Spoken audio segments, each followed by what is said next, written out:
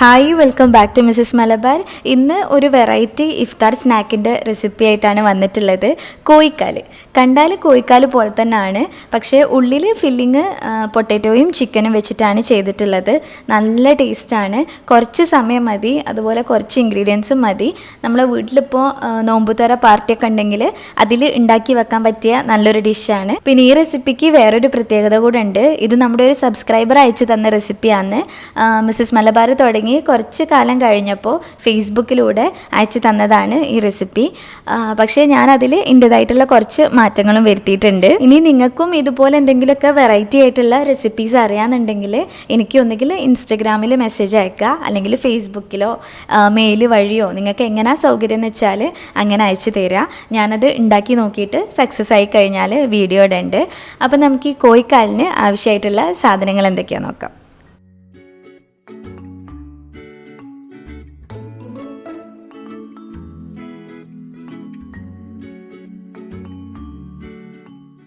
അപ്പം നമുക്ക് കോഴിക്കാല് ഉണ്ടാക്കാൻ തുടങ്ങാം. ആദ്യം 3 ഉരുളക്കിഴങ്ങ്, ഒരു വലിയതും 2 മീഡിയം സൈസുള്ള ഉരുളക്കിഴങ്ങാണ് ഞാൻ എടുത്തിട്ടുള്ളത്. ഇത് 3ഉം പുഴുങ്ങിയെടുത്തിട്ട് അത് തൊലിയൊക്കെ കളഞ്ഞ് ഈ ബൗളിലേക്ക് ഇട്ട് കൊടുക്കുക. എന്നിട്ട് അതൊരു ഫോർക്ക് വെച്ചിട്ട് നന്നായിട്ട് ഉടച്ചെടുക്കണം.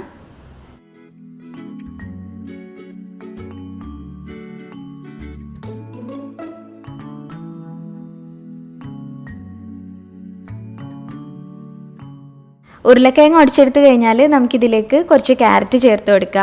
ഏകദേശം ഒരു 2 ടേബിൾ സ്പൂണോളം ക്യാരറ്റ് ഉണ്ട്, നല്ല ചെറുതായിട്ട് മുറിച്ചതാണ്. അതും കൂടെ ഇട്ട് കൊടുക്കുക.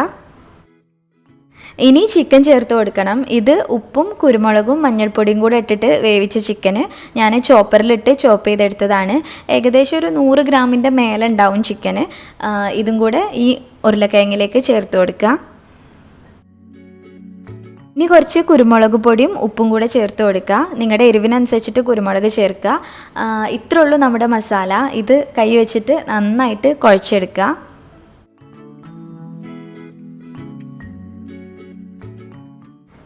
ഞാനിപ്പോൾ ഒരു സിമ്പിൾ മസാലയാണ് കാണിച്ചിട്ടുള്ളത്. നിങ്ങൾക്ക് വേണമെങ്കിൽ പച്ചമുളകും ഉള്ളിയും മുളക് പൊടിയും അങ്ങനെ നിങ്ങളുടെ ഇഷ്ടത്തിനനുസരിച്ചിട്ട് മസാല ആക്കുക.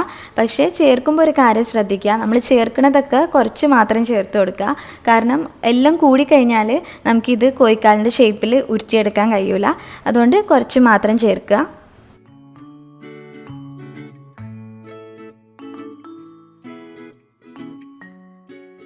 ഇങ്ങനെ കുഴച്ചെടുത്ത് കഴിഞ്ഞാൽ ഇതൊരു സൈഡിലേക്ക് മാറ്റി വെക്കുക. ഇനി നമുക്ക് കോഴിക്കാലിൻ്റെ ആ കാലിൻ്റെ ഭാഗം റെഡിയാക്കി എടുക്കണം. അപ്പോൾ അതിന് വേണ്ടിയിട്ട് ഒരു ഉരുളക്കിഴങ്ങ് തൊലിയൊക്കെ കളഞ്ഞ് വൃത്തിയാക്കി എടുക്കുക. എന്നിട്ട് അതിങ്ങനെ നീളത്തിലുള്ള പീസസ് ആയിട്ട് കട്ട് ചെയ്തെടുക്കണം. അധികം കട്ടി കൂട്ടേണ്ട ആവശ്യമില്ല.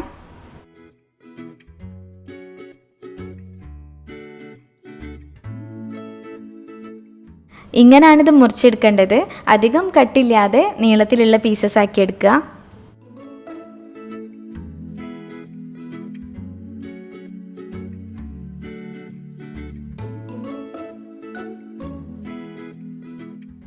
നമുക്കിനി ഇത് കോഴിക്കാലിൻ്റെ ഷേപ്പിൽ ഉരുട്ടിയെടുക്കണം. അപ്പോൾ അതിന് വേണ്ടിയിട്ട് ഈ പൊട്ടാറ്റോൻ്റെ മാവിന്ന് കുറച്ചെടുക്കുക. എന്നിട്ട് നമ്മൾ ഉരുളൊക്കെ ഉരുട്ടുന്ന പോലെ കയ്യിൽ വെച്ചിട്ട് ഇങ്ങനെ ഉരുട്ടിയെടുക്കണം.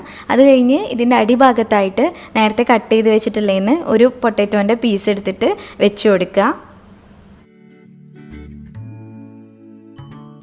കോഴിക്കാലിൻ്റെ വലുപ്പവും തടിയൊക്കെ നിങ്ങൾക്ക് ഇഷ്ടമുള്ള പോലെ മാറ്റം വരുത്താം. നമ്മൾ എടുക്കുന്ന മാവിൻ്റെ അളവിൽ ശ്രദ്ധിച്ചാൽ മതി. പിന്നെ ചെറുതാക്കുന്നതാണ് എപ്പോഴും നല്ലത്. അതാണ് നമ്മൾ കഴിക്കുമ്പോൾ നല്ല ടേസ്റ്റ് കിട്ടുക. പിന്നെ നമ്മളിത് ഉരുട്ടുമ്പോൾ ചിലപ്പോൾ കയ്യിൽ ഒട്ടിപ്പിടിക്കും. അപ്പോൾ കയ്യിലൊന്നുകിൽ വെള്ളമാക്കുക, അല്ലെങ്കിൽ ഓയിലാക്കുക, എന്നിട്ട് ഇത് ഉരുട്ടിയെടുക്കുക.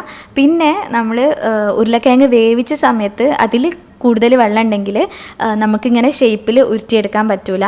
അപ്പോൾ ചെയ്യേണ്ടത് എന്താ വെച്ചാൽ ഈ നമ്മൾ ഉരുളക്കിഴങ്ങിൻ്റെ മാവാക്കുമല്ലോ, അപ്പോൾ തന്നെ കുറച്ച് ബ്രെഡ് പൊടിച്ചിട്ട് ഇട്ട് കൊടുക്കുക. ഒരു 2 സ്ലൈസ് ബ്രെഡൊക്കെ പൊടിച്ച് ഇട്ട് കൊടുത്തു കഴിഞ്ഞാൽ ഇത് നല്ല ഷേപ്പിൽ നമുക്ക് ഉരുട്ടിയെടുക്കാൻ പറ്റും.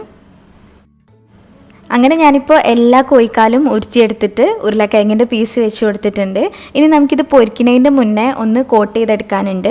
ആദ്യം മൈദപ്പൊടിയിൽ കോട്ട് ചെയ്യുക, പിന്നെ മുട്ടയിലിട്ടിട്ട് ഒന്ന് തിരിച്ചെടുക്കുക. അത് കഴിഞ്ഞ് ബ്രെഡ് ക്രംസും കൂടെ കോട്ട് ചെയ്തെടുക്കണം. അപ്പോൾ അതിന് വേണ്ടിയിട്ട് കുറച്ച് മൈദപ്പൊടി എടുത്തിട്ടുണ്ട്. പിന്നെ ഒരു മുട്ട ഫുള്ളായിട്ട് മുട്ടൻ്റെ വെള്ളയും മഞ്ഞയും കൂടെ കൂട്ടിയിട്ട് ബീറ്റ് ചെയ്തിട്ടുണ്ട്. പിന്നെ കുറച്ച് ബ്രെഡ്. ആദ്യം നമ്മൾ ഓരോ കോഴിക്കാലായിട്ട് എടുത്തിട്ട് അത് മൈദപ്പൊടിയിൽ ഇട്ട് കൊടുക്കുക. എന്നിട്ട് എല്ലാ സ്ഥലത്തും മൈദപ്പൊടി ആക്കിയിട്ട് പിന്നെ നമ്മുടെ മുട്ടയിലേക്ക് ഇട്ട് അതൊന്ന് തിരിച്ചിട്ട് ബ്രെഡ് ക്രംസിലിട്ട് നന്നായിട്ട് കവർ ചെയ്തെടുക്കണം.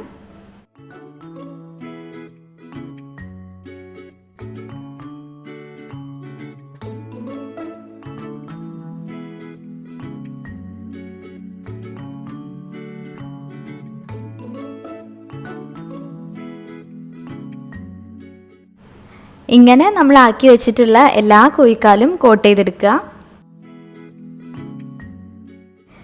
ഇനി നമ്മൾ റെഡിയാക്കി വെച്ചിട്ടുള്ള കോഴിക്കാലൊക്കെ പൊരിച്ചെടുക്കണം. അപ്പോൾ അതിന് വേണ്ടിയിട്ട് ഒരു പാനിൽ ഓയിൽ വെച്ചിട്ട് ചൂടാക്കുക. എന്നിട്ട് ഓയിൽ ഒരു മീഡിയം ചൂടൊക്കെ ആകുമ്പോൾ ഈ റെഡിയാക്കി വെച്ചിട്ടുള്ള കോഴിക്കാൽ അതിലേക്ക് ഇട്ട് കൊടുക്കുക. എല്ലാം കൂടി ഒരുമിച്ചിടണ്ട, നിങ്ങളുടെ പാനിൻ്റെ സൈസ് അനുസരിച്ചിട്ട് 1, 2, 3 അങ്ങനെ ഇട്ട് കൊടുത്തിട്ട് പൊരിച്ചെടുക്കുക.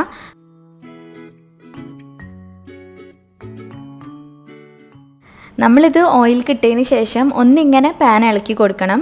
ആ കോഴിക്കാലിൻ്റെ എല്ലാ ഭാഗത്തേക്കും ഓയിലാവാൻ വേണ്ടിയിട്ടാണ്. പിന്നെ ഞാൻ എപ്പോഴും പറയുന്ന പോലെ ഫ്ലെയിം കൂട്ടരുത്, മീഡിയത്തിൽ തന്നെ ഇടുക. നമുക്ക് ആ ഉള്ളിലുള്ള പൊട്ടാറ്റോ കൂടെ വേവണം. പിന്നെ ബ്രെഡ് ക്രംസ് ആണ്, വേഗം കരിഞ്ഞു പോവും. അതുകൊണ്ട് എപ്പോഴും മീഡിയത്തിൽ തന്നെ ഇട്ട് വെക്കുക. ഇങ്ങനെ ഒരു ഗോൾഡൻ ബ്രൗൺ കളറൊക്കെ ആയിക്കഴിഞ്ഞാൽ ഇത് ഓയിലിൽ നിന്ന് കോരി മാറ്റുക. ഇതേപോലെ തന്നെ നമ്മൾ റെഡിയാക്കിയിട്ടുള്ള എല്ലാ കോഴിക്കാലും പൊരിച്ചെടുക്കുക.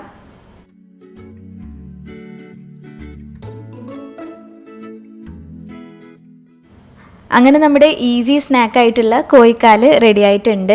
ഇത് മയണൈസിൻ്റെ കൂടെയോ കെച്ചപ്പിൻ്റെ കൂടെയോ അങ്ങനെ എന്തിൻ്റെ കൂടെ കഴിക്കാനും നല്ല ടേസ്റ്റാണ്. എവിടെക്കോ നമ്മുടെ നഗറ്റ്സിൻ്റെ ഒരു ടേസ്റ്റ് വരുന്നുണ്ട്. അപ്പോൾ എല്ലാവരും ഒന്ന് ഉണ്ടാക്കി നോക്കുക. എന്നിട്ട് നിങ്ങളുടെ ഫീഡ്ബാക്ക് അറിയിക്കുക. ഡൗട്ട് ഉണ്ടെങ്കിൽ ഇൻസ്റ്റാഗ്രാമിൽ മെസ്സേജ് അയക്കുക, അല്ലെങ്കിൽ താഴെ കമൻറ്റ് ചെയ്യുക. പിന്നെ വീഡിയോ ഇഷ്ടമായിട്ടുണ്ടെങ്കിൽ ലൈക്ക് ചെയ്യുക, ഷെയർ ചെയ്യുക, പ്രീവിയസ് വീഡിയോസൊക്കെ കാണുക. പിന്നെ ഇനിയും ഇതുപോലത്തെ റെസിപ്പീസിനായിട്ട് മിസ്സസ് മലബാറിലേക്ക് സബ്സ്ക്രൈബ് ചെയ്യുക. Thank you.